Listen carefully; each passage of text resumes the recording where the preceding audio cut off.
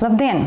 Šodien mēs runāsim par skaistumu, fizisku un garīgu skaistumu, kas veido personību, par Alēnu Butkēviču, kura var apliecināt sevi gan pasaulē, gan Latvijā.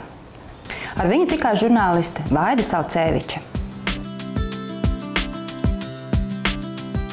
Dažkārt mums līdzās dzīvo cilvēki, kurus pazīst pasaulē, bet maz pamana tepat Latvijā, jo viņi paši par to skaļi nerunā.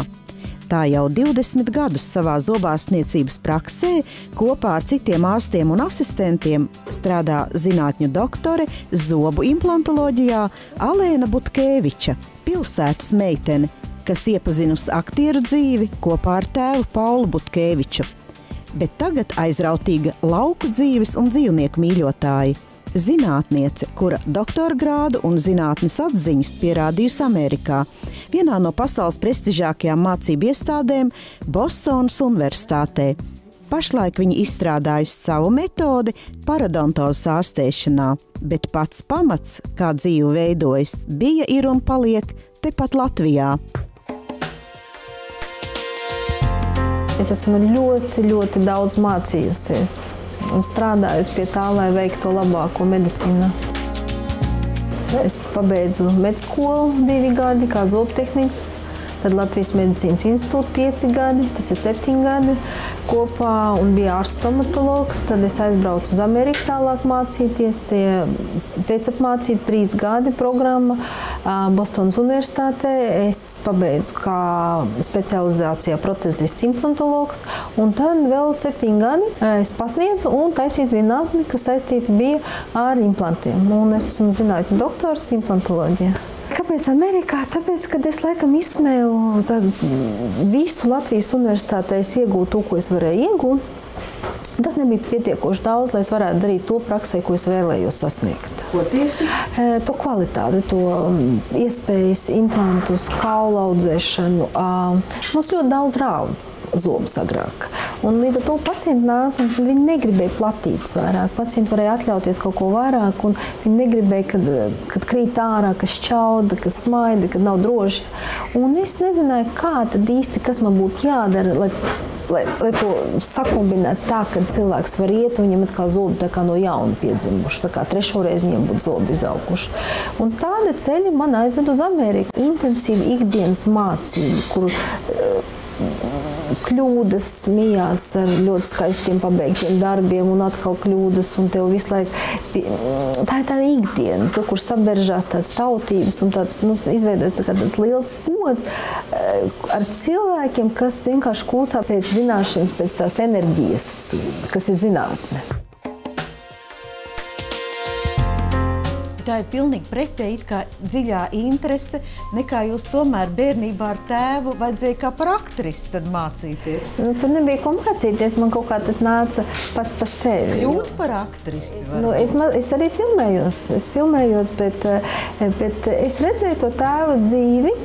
Man liekas, es pat neatceros. 9 filmās esmu filmējusi. Esmu ar Pāvu un Lietskalniņu uzbērumā, esmu Modestas kinostudijas filmās filmējusies. Bet tas nebija mans. Kāpēc tieši zobārstniecība tomēr? Smaids. Jo principā, lai kā tas būtu, cilvēki grib smaidīt. Man ir māksliniecisks piesitiens, un es gribēju iet uz mākslas skolu, bet tur man atkal likās pa daudz, un tieši man zobārstniecība likās, tas ir tas, kur ir mākslas saistīta ar zinātni. Ja, jo tas ir darbs ar rokām. Un tajā pašā laikā tev ļoti daudz kas jāzina, lai tu zinātu, ko tad tu darīsi ar tām rokām. Tā arī zobārstniecība. Mēs strādājam ar mikroskopu, ar milzīgu palielinājumu, ar mikroķirurģiju, kur tev saspringts ir katrs muskuls, mugura, rokas. Ja? Mēs strādājam tā. Ja? Mēs visu cauri nospringuši. Jā, jo tu nevari mētāties ar skalpeli pa muti. Jā, jābūt ļoti akurātam tam darbam. Tad aizejot uz laukiem, tas zirgs uz mani skatās un saka, kas atkal tev notika? Jā, to visu atdod. To atdod zemē, tas viss aiziet, tā enerģija, viss, kas ir sakrājies, tas saspringums, tas iekšējais stress. Jā, tas ir tas, kas man bija vajadzīgs laukos. Mēs visu kaut ko mēģinām darīt ar zirgiem. Arī vadītāji tas no vienas puses uz otru pusi, no vieniem zālājiem pārvērst uz otrām pusēm, jājūt ar zirgu. Viena jūs to nevarētu? Nē, mums ir 2. Mēs pa 2. Mums ir 2, mums ir viens arī strādnieks, mums arī strādnieki, kas ļoti labi jāja. Un tad mēs vienkārši izjājam. Ka jūs varat uzticēt? Tā. Jā, protams. Nē. Mans darbs ir šeit. Jūsu uzņēmēja darbība, kāpēc jums tā ir vajadzīga? Tā kā papildus apgrūtinājums pat varētu būt. Šis centriņš, kas jums ir zobārstniecības prakse, tātad? Nē, tas ir mans bērns. Saucās. Jā, tas ir mans bērns. Viņam ir 20 gadi. Un es domāju, ka 20 gadi jau paši par sevi runā, par to, ka viņi ir. Un es domāju, ka, protams, ir zinātnieki, kas strādā kaili zinātne. Bet tagad tu strādā un dari to darbu, kas tev patīk. Man ļoti patīk zobārstniecība. Man patīk nākt uz darbu. Te viss notiek no A līdz Z. Principā šitā telpa, tā ir zobtehniskā laboratorija. Viņa mums vajadzīga kā ārstiem, kā zobtehniķiem. 2. Ja? Viena lieta ir, ka mēs paņemam no pacienta veiduļu, mēs tā kā iznesam viņu muti ārā. Ja? Un tas mēs tad redzam, tā kā pacients ir projām, ārsts var pateikt, vai visi zobi ir kārtībā, vai sakodiens ir pareizi, vai iepriekšējās protēzes ir pareizi izgatavots, vai nav disbalances starp augšējo un apakšējo žokli, vai ir kādas izmaiņas, kas mums būtu jārastē ar protezēšanu vai ar ortodontiju. Un tālāk tad jau mēs skatāmies, vai ir jāatjauno zobu oklūziju un visādas citādas lietas. Tā mēs veidojam ārstēšanas plānu. Tas ir viens no pamatiem. Ja, pieņemsim, zobiņu trūkst, kā šitam pacientam ir visi zobi, ja? Bet pieņemsim, ja te trūkst kāds rīns ar zobiem, mēs arī redzam, cik daudz mums ir kaula palicis. Un plānojam, jau sākam plānot, kas mums būs vajadzīgs, kāds protēzes veids, vai tas būs uz implantiem balstīti kroņi, vai tas būs izņemama protēzija. Ārstēšanas plānu parasti rakstu es pati. Ja, tā kā es uzrakstu to pilno ideju, kas būtu no A līdz Z, kas būtu jāizārstē, lai tas mums būtu kārtībā. Tad otra lieta, ko mēs šeit darām, mēs sagatavojam visu pagaidu protezēšanai. Mēs priekš protezēšanas kā tādas izmantojam ļoti smalkas laboratorijas. Ja, mums ir darbi uz Ameriku, uz Franciju, uz Vāciju. Protezists, ne tas, kas izpilda tieši to mūsu daļu, kas aizpilda pēc ārsta vēlmes tieši to iztrūkstošo daļu, ir milzīga būtība mums ir. Un tāpēc mēs meklējam talantus, kas strādā kā. Mēs meklējam, protams, arī ārstus talantīgus. Mēs paši viņus mācam, audzinām, vai arī mums ir arī no ārzemēm brauc. Es vienmēr pētīju cilvēka atjaunošanās spējas, kā cilvēks varētu atjaunoties. Ja mēs zinām, ka viņam kādā traumā lūst roka, ja, kā viņi saliek kopā, to kaulu sašinē traumpunktā, un cilvēkam bez 3 mēnešiem savu kaulu. Cilvēkam ir spēja atjaunot savu kaulu. Ja, to pašu mēs varam dabūt mutē. Protams, mēs nevaram izaudzēt ķirzāks asti vai no kaut kāds milzīgs kaula. Un lietiņi mēs varam. Un šeit tas mazliet mums pietiek, lai nostabilizētu atpakaļ to kaulu, to kustīgo zobu nostabilizēt un atjaunot to taisnību, kas mums ir vajadzīga. Un šitien var redzēt, ka tas, kas te ir bijis praktiski melns jau starp zobiem, ir aizaudzis ciet. Mēs esam nostabilizējuši zobus.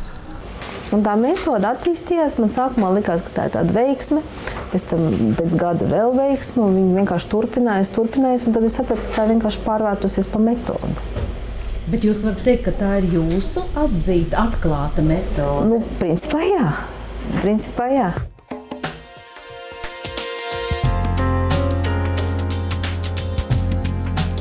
Ko es gaidu Ziemassvētkos? Mieru. Mieru sirdī. Tas ir tas, ko es gaidu. Tādu, kad nekur nav jāskrien, kad mēs no rīta pieceļoties zinām, ko mēs gribam. Zinām, ko mēs gribam no šodienas, no šitās dienas, ko mēs gribam vispār no dzīves. Cilvēks, kurus mēs mīlam, veselību, mīlestību.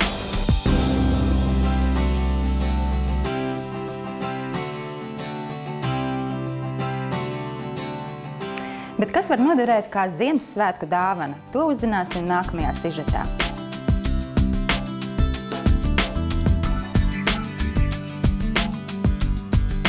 Pētergailis sagaida Ziemassvētkus, varētu teikt, ar izcilu jaunumu klāstu.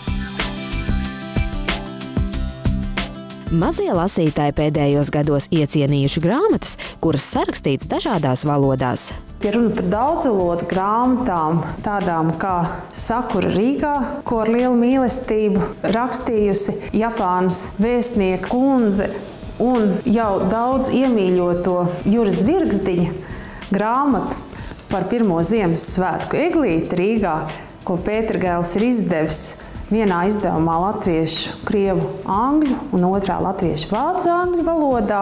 Tad šajos Ziemassvētkos mēs varbūt esam centušies pārspēt paši sevi. Tā ir Ieva Samauska, sarakstot grāmatu meitene, kura mācēja visas pasaules valodas. Šajā grāmatā galvenā varone Lela, nokļūstot diplomātu viesībās, viņas tētis ir vēstnieks, saprot, ko nozīmē valodu zināšana vai nezināšana, kā tas apgrūtina dzīvi, sagādā sev 12 vārdnīcas, un tad ar šo valodu palīdzību saprot, kādus brīnumus spēj paveikt valodu zināšana, vismaz minimumu, vārdus 30 un arī skaidrojumu varēs apgūt 12 dažādās valodās. Esam izdevuši grāmatiņu, kā svinēt Ziemassvētkus. Šeit ir lugas un pasakas. Idejas dāvanām izdevniecība Pētergailis piedāvā arī pieaugušajiem. Grāmata Kailsals spēs sasildīt un uzrunāt daudzus, arī tos, kas varbūt ilgi nav atvēruši nevienu dzeju krājumu. Pētergaļa lepnums grāmata, kas izdota kopā ar audio grāmatu Senie dzintara ceļi no Rīgas līdz Bizantijai. Šobrīd grāmata iznākusi tikai angļu valodā. Tūliņ sagaidīsim arī grāmatas latviešu izdevumu. Un tikko grāmata tika atvērta Romā pasākumā, kas bija veltīts Baltijas dzintaram, un kura patrons bija Itālijas valsts prezidents Giorgio Napolitano un Itālijas ārlietu ministrs. Grāmatas autore, Kembridžas Universitātes profesora Māra Kalniņš. Viņa ir profesora britu literatūrā, bet pētījumu lauks vēsturē šie senie dzintara ceļi līdz Vidusjūrai un līdz Melnējai jūrai, un izrādās, laikam arī faraona kapenēs var atrast Baltijas dzintaru, kura vērtība senajā Romā ir bijusi 5 reizes augstāka par zeltu. Šāda mēroga pasākumā Latvijas vārds un latviešu izcelsmes autora vārds, viņa grāmata, manuprāt, sen nav izskanējuši. Es gribētu vēlēt svētkos nevien vienkārši paņemt grāmatu rokā, lasīt, ieraudzīt tur brīnumu, atrast zināšanas, bet lasīt ar lepnumu, būt lepniem par sevi, savām spējām, savām zināšanām un būt lepniem par Latviju.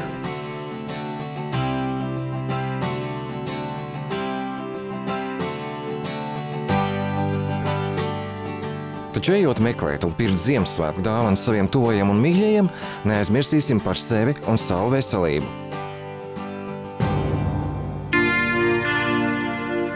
Klāt ziema ar kārtīgu salu un sniegu, un šajā gada laikā par veselību mums visiem jārūpējas un jādomā daudz vairāk kā citkārt. Reizēm pat pietiek uz pavisam īsu brīdi izskriet laukā paplānākā apģērbā vai neuzvilkt rokās uz kādu brīdi cimdus, un jau nākamajā dienā var iznākt pagulēt mājās ar klepu, iesnām vai pat paaugstinātu temperatūru. Tāpēc ir jāstiprina organisma aizsargspējas jeb imunitāte. Jāceras arī, ka ir vesela rinda šķietami ikdienišķu faktoru, kas pazemina mūsu imunitāti. Fiziskā pārpūle pirmām kārtām, fizisks garīgs darbs, laika apstākļi, kā piemēram mūsu platumgrādos, tā ir ziema, rudens, pavasaris, kad ir mazāk vitamīni, ko mēs uzņemam. Bet ko darīt un ko ievērot, ja mūsu aizsargspējas ir pavājinātas? Pirmām kārtām cilvēkam ir jāievēro režīms. Tātad tas būtu ar pavājinātu imūno sistēmu. Pareizi sabalansēts uzturs, noteikti izgulēt vīrusu, pilnvērtīgs miegs, kā vismaz 8 stundas diennaktī, atmest smēķēšanu, alkohola lietošanu, jo tas arī kaitē imūnai sistēmai, nodarboties ar fizisko slodzi, tātad sports, veidināt telpas, daudz lietot šķidrumu. Būtu vēlams arī papildus lietot imūnās sistēmas stiprinātājus. Jonoks prolongētais C vitamīns ir paaugstinātās C vitamīnas deva, kas palīdz uzturēt normālo imūnu sistēmu, intensīvas fiziskās slodzes, kā arī pārpūles gadījumā. Palīdz nodrošināt normālu enerģiju un uzturēt normālu nervu sistēmu. Prolongētais nozīmē to, ka satur C vitamīnu plus citrus augu bioflavonīdus. Līdz ar to nepieciešams uzturā lietot ir 1 tableti ēšanas laikā, un viņš uzsauksies organismā pakāpeniski visas dienas garumā. Tātad tableti ir jālieto tikai 1 reizi dienā ēšanas laikā. 1 tablete Jonoks C vitamīna prolonga satur 500 mg C vitamīna un arī 50 mg citrusaugļu bioflavonīdu. Citrusaugļu bioflavonīdiem ir zinām asinsvadu, limfvadu sienību tonizējošā iedarbība. C vitamīns ir visizplatītākais antioksidants un spēcīgs imūnstimulators, kas jau sen tiek lietots infekcijas slimību profilaksei un imunitātes stiprināšanai, kā arī kā palīga līdzeklis infekcijas slimību ārstēšanā. C vitamīns palīdz organismā uzturēt pilnvērtīgu imūno sistēmas darbību, veicina kolagēna veidošanos, kas palīdz kauliem un asinsvadiem. Tāpat tās palīdz zobu veselīgumam, palīdz nervu sistēmai, uzlabo. Tātad līdz ar to cilvēks ir mierīgāks, labāk guļ un ir veselīgāks. Palīdz organismā uzsūkties dzelzs preparātiem, kas sevišķāk ir grūtniecības laikā vajadzīgs. Izteiktas antioksidantu īpašības aizsargā no brīvo radikālu veidošanās organismā. Antioksidanti palīdz organismam neutralizēt brīvos radikāļus, kas rodas vielmaiņas procesos un apkārtējās vides nelabvēlīgās iedarbības rezultātā. Stress, smaga fiziskā slodze, nepareizs uzturs, smēķēšana. Brīvo radikāļu ietekmē vājinās imūnā sistēmu, pieaug saslimšanu risks un pātrinās novecošanās procesi. C vitamīns palīdz uzturēt organismā normālu imūnsistēmas darbību.